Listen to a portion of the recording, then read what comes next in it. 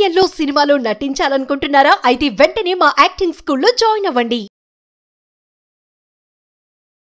నమస్తే, welcome to Suman TV. Kolkata RG Kar హాస్పిటల్లో వైద్యురాలి అత్యాచార కేసుపై సిబిఐ కీలక నిర్ణయం తీసుకుంది. ఇప్పుడు సంజయ్ రాయ్ ఎవరైతే ప్రధాన నిందితుడు అని చెప్తున్నారో అతనికి మరి నార్కో అనాలిసిస్ టెస్ట్ అనేది చేయాలి. ఎందుకంటే ప్రీవియస్ పాలిగ్రాఫ్ టెస్ట్ చేసినప్పటికీ కూడా నిజ నిర్ధారణ అవ్వలేదు కాబట్టి మళ్ళీ నార్కో అనాలిసిస్ టెస్ట్ అనేది చేయాలని చెప్పేసి సిబిఐ కోరుతుంది. మరి దీనిపైన సీనియర్ ఐపీఎస్ ఆఫీసర్ రెడ్డన్న గారు ఉన్నారు, సార్తో మాట్లాడదాం. అసలు నార్కో అనాలిసిస్ టెస్ట్ అంటే ఏంటి, ఇవన్నీ వివరాలు కూడా సార్తో మాట్లాడి తెలుసుకుందాం. నమస్తే సార్. నమస్కారం అండి. సార్, నార్కో అనాలిసిస్ టెస్ట్ అంటే ఏంటి సార్ అసలు? అంటే ఇప్పుడు పాలిగ్రాఫ్ టెస్ట్ చేశారు, అక్కడ చెప్పినటువంటి మాటలు ఎంతవరకు నిజం లేవు, అసలు కరెక్ట్ చెప్పాడా అబద్ధం చెప్పాడా అనేది ఇప్పుడు సిబిఐకి ఒక డౌట్ అయితే ఉంది. అయితే మళ్ళీ నార్కో టెస్ట్ చేయాలని చెప్పి అంటుంది. అసలు నార్కో టెస్ట్ చేస్తే నిజాలు బయటకు వస్తాయి అంటారా అసలు? డెఫినెట్గా అండి. ఇప్పుడు ఈ పోలిగ్రఫీ టెస్ట్ ఇది ఎట్లా అంటే ఈసీజీ లాగా ఒక పరికరం, ఎలక్ట్రోకార్డియోగ్రాఫ్. ఇదేమిటంటే మీరు మాట్లాడినప్పుడు మీ హృదయ స్పందన, మీ నాడులు ఏ విధంగా స్పందిస్తాయి, మీ బ్రెయిన్ ఏ విధంగా స్పందిస్తుంది అనే దానిపైన, అంటే సపోజ్ మీ పేరు అడుగుతాను, మీ పేరు ఏమిటి అని, సో అప్పుడు స్పందించవు, స్పాంటేనియస్గా చెప్పచ్చు. అదే కాకుండా నువ్వు మర్డర్ ఎన్ని గంటలకు చేసావంటే వీడు మర్డర్ చేశాడా లేదని ఒప్పుకోవాలా. సో దానిపైన ఏమవుతుందంటే బ్రెయిన్ నుంచి సెన్సేషన్స్ ఎక్కువైపోయి కార్డియోగ్రఫీలో డిఫరెన్సెస్ వస్తాయి.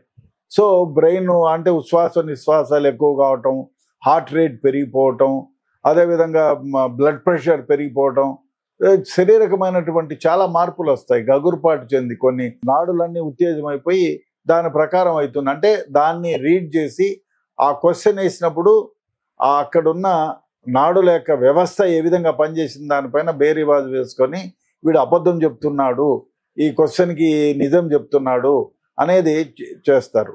అయితే దీంట్లో అతను నియంత్రించుకొని చెప్తాడు, నేను చేయలేదు, మీరు మర్డర్ చేశారంటే నేను అసలు శవమే నాకు తెలియదండి అని చెప్పి అడగచ్చు. ఎక్కడ పోయి నేను లేను, ఊర్లో వెళ్ళాను, నేను కాఫీ తాగేదానికి పోయాను, ఆ టైంలోనే మర్డర్ జరిగింది, నన్ను అనవసరంగా నన్ను ఇన్వాల్వ్ చేశాడని చెప్పచ్చు. సో వాడు చెప్పేటప్పుడు ఆలోచన చేసి చెప్పాలి కాబట్టి నిజాలని దాచిపెడితే ఈ పాలిగ్రఫీ టెస్ట్లో బయటపడతారు. సో ఒక రకంగా కొన్ని ఏమీ ఆన్సర్లు చెప్పదనుకో, నాకు తెలియదు, నో, ఐ డోంట్ నో, ఇట్లా చెప్తా వచ్చాడనుకో, అప్పుడు ఏం చేయాల్సి వస్తుంది? డైరెక్ట్ ఎవిడెన్సెస్ లేవు, విట్నెస్ డైరెక్ట్ లేదు.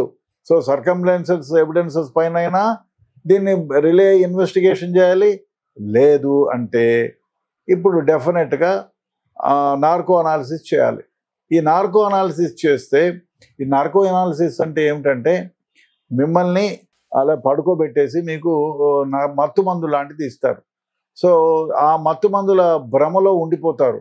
మీరు ఆ మత్తు మందులో ఉంటే ఏమైపోతుందంటే మీరు ఇన్వాలంటరీగా మీరు మర్డర్ చేశారంటే అవును, ఎన్ని గంటలకు చేశారంటే 6:30, ఇవన్నీ క్లియర్ కట్గా చెప్పడానికి కొంతవరకు ఎవరో మహావృషులై దానిపైన గొప్పగా వాళ్ళకి పట్టుంది, వాళ్ళ శరీరం పైన, వాళ్ళ బ్రెయిన్ పైన మీరు ఎన్ని మత్తు మందులు ఎక్కించుకున్నా నన్నేమీ చేయలేరు, నేను మహావృషినంటే తప్ప డెఫినెట్గా ఎవరైనా సామాన్య ప్రజలు ఈ నార్కో అనాలిసిస్ టెస్ట్లో నిజాలు బయటికి చెప్తారు. ఆ ఉద్దేశంతోనే ఈ ముద్దాయికి నార్కో అనాలిసిస్ చేయాలని నిర్ణయించారు. కానీ అందుకు ఆ మనిషి యొక్క పర్మిషన్ కావాలి. సో అతను పర్మిషన్ ఇవ్వను, ఎవడు ఇప్పుడు వాడు మర్డర్ చేసినాడు ముద్దాయి, వాడు ఎందుకు పర్మిషన్ ఇస్తాడు? కాబట్టి కోర్టుని ఆశ్రయించారు, కోర్టు తలుపు తట్టారు. కోర్టులో ఇంకా రావాలి, నార్కో అనాలిసిస్ చేయండి, ఈ ఫలానా రోజు ఫలానా గంటల నుంచి ఫలానా గంటల వరకు చేయమని దాంట్లో నిర్దిష్టంగా చెప్తారు. ఆ ఫలానా అనాలిసిస్ చేసేటప్పుడు ఎవరో లీగల్గా ఒక జ్యుడిషియరీకి సంబంధించిన వాళ్ళు లేకపోతే ఎగ్జిక్యూటివ్ మ్యాజిస్ట్రేట్ను అక్కడ పెట్టి ఈ గంటల్లో ఈ విధంగా చేయాలి, అదేవిధంగా ఆయన్ని వాళ్ళకు సంబంధించిన అడ్వకేట్ను కూడా ముందర పెట్టి కూడా చేయండి, ఈ విధంగా కొన్ని డైరెక్షన్స్ ఇస్తారు. దాని ప్రకారం ఈ నార్కో అనాలిసిస్ చేస్తారు. ఆ చేసినప్పుడు ఎవ్రీథింగ్ విల్ బి రికార్డెడ్, ప్రతి ఒక్కటి. అంటే ఎగ్జిక్యూటివ్ మ్యాజిస్ట్రేట్ ఉంటే ఆయన ఉండేటట్టు, ముద్దాయి, ఆ డాక్టర్లు, నార్కో అనాలిసిస్ ఎంత డోసు ఇచ్చినారు అదంతా కూడా రికార్డ్ చేసి, ఆ తర్వాత అతను ఏమేమి క్వశ్చన్లు చేశారు, అతను చెప్పిన ఆన్సర్స్ ఏమిటి, అదేవిధంగా సబ్కాన్షియస్గా వేరే ముద్దాయిల పేర్లు ఏమైనా చెప్పారా, అదేవిధంగా వేరే విట్నెసెస్ ఎవరన్నా పేరు చెప్పారా వాళ్ళని తీసుకొచ్చి కాన్ఫరెన్స్ చేయడానికి.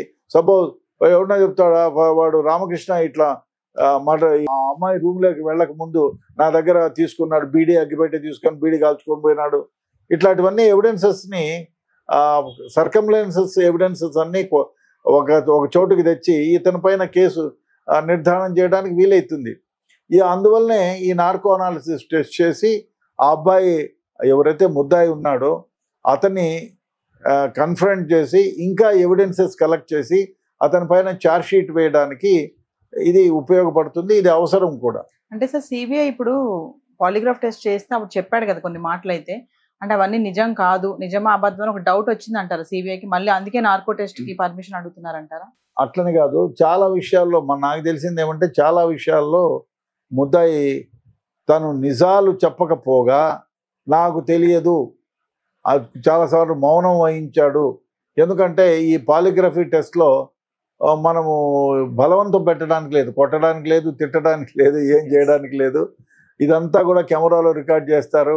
అదేవిధంగా కార్డియోగ్రామ్ లాంటి దాంతో రికార్డ్ అవుతూ ఉంటుంది. కాబట్టి అతన్ని ఏ విధమైనటువంటి ఇబ్బంది పెట్టకుండా, అంటే శారీరకంగా ఇబ్బంది పెట్టకుండా మా క్వశ్చన్లు వేస్తూ ఉంటారు. కాబట్టి డెఫినెట్గా చాలా అబద్ధాలు చెప్పి ఉంటాడు, చాలా నిజాలు దాచింటాడు. అందువల్ల ఏమవుతుందంటే మనం ఈ ముద్దాయి చెప్పే నిజాలు సరిగా లేవనేటువంటి ఉద్దేశంతో నార్కో అనాలిసిస్ టెస్ట్ చేస్తే ఇవన్నీ బయటపడతాయనే ఉద్దేశంతో వాళ్ళు అడిగారు. సార్ ఇప్పుడు సుప్రీంకోర్టు హియరింగ్ లో మొన్న అన్ని ఏవైతే విట్నెస్లు ఇచ్చారో అవన్నీ కూడా గజిబిజిగా ఉన్నాయి, ఏమీ అర్థం కావట్లేదు సరిగ్గా, పొంతన లేదు దేనికి దానికి అని చెప్పి కొంచెం సీరియస్ అయింది సుప్రీం. సిబిఐకి చెప్పింది సెప్టెంబర్ 17 లోపు కొత్తగా నివేదిక మాకు సమర్పించాలి మీరు అని. అంటే దానికోసమే ఇప్పుడు సిబిఐ ఇవన్నీ తంటాలు పడుతుంది అంటారా? ఇప్పుడు నార్కో టెస్టే కానీ ఇంకా ఏమేమి చేయాలనుకుంటుంది అంటారా? ఇప్పుడు ఎందుకంటే సుప్రీంకోర్టు దాంతో పాటుగా చాలా క్వశ్చన్లు రైజ్ చేసింది ఇన్వెస్టిగేషన్లో. ఇవన్నీ బయటగా ఒకటి టైం డిస్క్రిపెన్సీ ఒకటి, అదేవిధంగా ఈ నార్కో అనాలిసిస్ టెస్ట్ జరపాలనేది ఒకటి. ఎందుకంటే మిగతా ఎవిడెన్సెస్ని లింక్ చేయాలంటే ఈ narco analysis test is the best way అనే ఉద్దేశంతో ఈ నార్కో అనాలిసిస్ టెస్ట్ కోసము, అదేవిధంగా టైం డిస్క్రిపెన్సీ, అదేవిధంగా గూండాలు అక్కడ స్పాట్లోకి వచ్చి గొడవ చేసినారు, అక్కడ ఏమైనా వీళ్ళు ఏదైనా ఇన్వెస్టిగేషన్ ఎవిడెన్స్ అంతా హ్యాంపర్ చేశారా, ఇవన్నిటికీ దానికోసమే ఈ సుప్రీంకోర్టు టైం అడిగింది. అదేవిధంగా సుప్రీంకోర్టు కూడా ప్రతి ఒక్కటి క్షుణ్ణంగా లైన్ వెరిఫై చేస్తూ ఉంది, ప్రతి లైన్ వెరిఫై చేసి ఇన్వెస్టిగేషన్ చేస్తూ ఉంది. కొన్ని విషయాల్ని సుప్రీంకోర్టు బహిర్గతం చేయటం లేదు, ఎందుకంటే అది ఇన్వెస్టిగేషన్ని హ్యాంపర్ అవుతుందని సుప్రీంకోర్టు చీఫ్ జస్టిస్ చెప్పారు. కొన్ని విషయాలను బహిర్గతం చేయకండి, మీరు మామూలుగానే చదువుకోండి, ఫలానా దాంట్లో కెమెరాలో ఫలానా line 3rd line to 4th line చదువుకోండి, దీనికి ఆన్సర్ ఏం చెప్తారు, యూ గివ్ ఇట్ ఇన్ రైటింగ్లో నాకు ఇవ్వండి అని చెప్పి సుప్రీంకోర్టు వాళ్ళు అంటే కొన్ని విషయాలు ఇన్వెస్టిగేషన్ని ఇబ్బంది పెడతాయి, హ్యాంపర్ చేస్తాయి ఎవిడెంట్ కలెక్షన్లో అనేటువంటి వ్యవహారాల్లో సుప్రీంకోర్టు గోప్యతను ప్రదర్శించాలని చెప్పింది.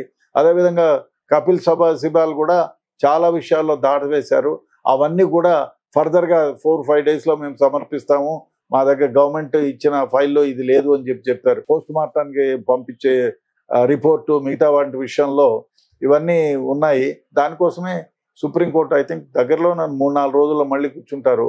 అంతకు లోపల మనకు చాలా వరకు ఈ నార్కో అనాలిసిస్ టెస్ట్ ఒకటి, పాలిగ్రఫీ టెస్ట్ ఒకటి, మిగతా విట్నెస్లను ఎగ్జామిన్ చేసేది ఒకటి, ఈ సిడి ఎంట్రీకి జీడీ ఎంట్రీకి డిఫరెన్స్ ఉంది, జీడీలో కొన్ని ఎంట్రీలు లేకుండా పోయినాయని, అదేవిధంగా పోస్ట్ మార్టం కండక్ట్ చేయకముందే రిక్విజేషన్ ఇవ్వకముందే ఎఫ్ఎస్ఎల్ వాళ్ళు స్పాట్లోకి వచ్చారని, ఎఫ్ఐఆర్ కట్టకముందే రావడం చట్టవిరుద్ధం కదా అని చాలా విషయాల కోసం సుప్రీంకోర్టు 17వ తారీఖుకి వాయిదా వేసింది. సో ఆ తర్వాత తెలుస్తుంది మనం ఇవన్నీ సుప్రీంకోర్టుకి వాళ్ళు సిబిఐ వాళ్ళు సమర్పిస్తారు. సమర్పించిన తర్వాత సుప్రీంకోర్టు వీలైతే ఇన్వెస్టిగేషన్ హ్యాంపర్ కాదు అంటే అప్పుడు బహిర్గతం చేస్తారు, లేదు అంటే మనము ఊహాగానాలే, అటు పోయింది ఇటు వచ్చింది అని చెప్పుకోవాల్సిందే. సో అంతవరకు వేచి చూడాలి. చూద్దాం సార్, మరి సిబిఐ వేసిన పిటిషన్ సుప్రీంకోర్టు మరి అంగీకరిస్తుందా లేదా అనేది వేచి చూడాల్సిన పరిస్థితి. Thank you sir.